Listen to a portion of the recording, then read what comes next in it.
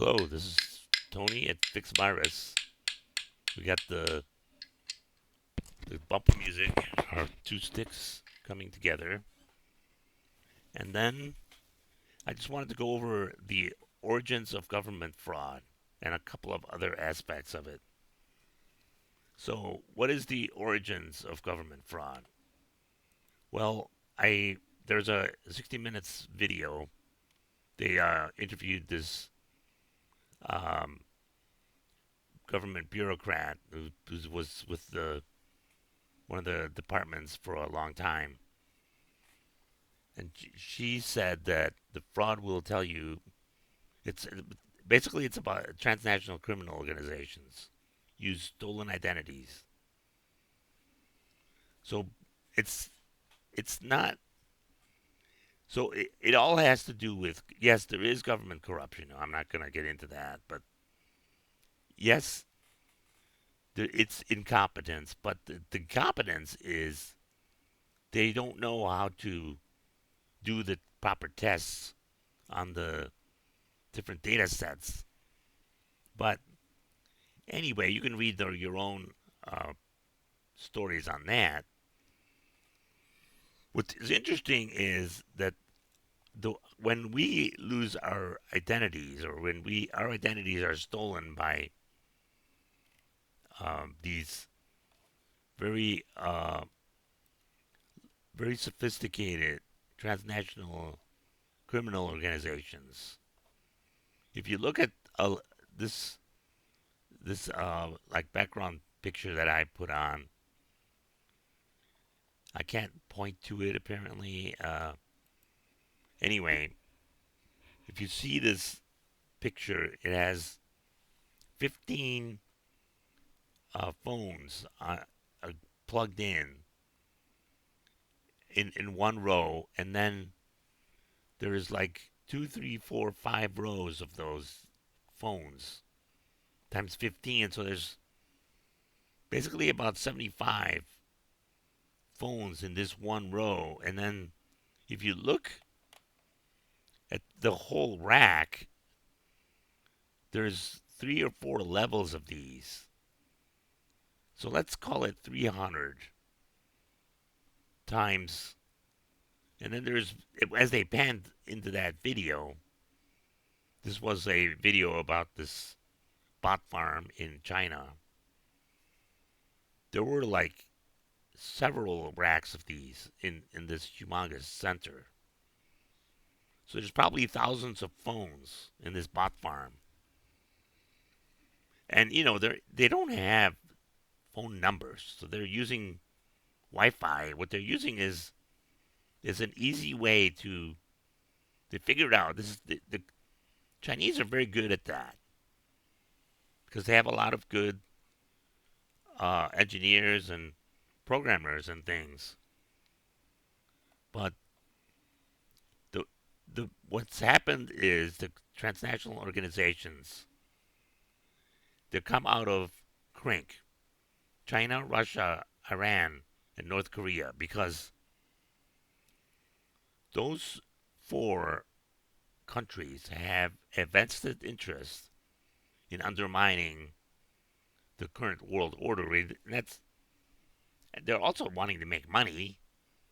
Like for example, North Korea. So the dear leader does can do whatever he wants. He needs to make money. How does he make money? Well, he steals it. So there's many different situations within all these 4 countries of the similar items and things. So basically, these transnational criminal organizations are very sophisticated, and they've become more and more sophisticated every year. And what are they doing? They are stealing identities. It costs, and then they've got like different sections of the different like uh, job descriptions of who does what in the crime organization. So there's people that steal the data They sell the data. There's people that use the data and they try to do something with that data. So then they would go, some people steal it. Then there's others that go on, for example, they try to take advantage of it by going on the government systems and using that identity to then make more money with against the government. And that's what she's talking about, this lady, Linda. So they're trying to prevent it, but obviously, the government isn't that good at these things. But what I want to talk about is how our identities are probably sold about $2 per data set. And it's really not that much if you think about it, but because there's so many, there's so much of that data out there. And just the other day, another headline, there's tons of headlines. Another 100 million data sets have been stolen, you know. Now, how do you know? I mean, so like if you're a company like a very large multinational company and your data set gets stolen, now that information is out there. So then they could use that information to make money. But in essence, they can get data, they can get the identities information from every company that doesn't take care of their cybersecurity. So how do you take care of your cybersecurity? Well, there are many cybersecurity frameworks, and you got to do it with governance, risk, and compliance using a government with a cybersecurity framework. And depending on the company you have, you want to use a different framework.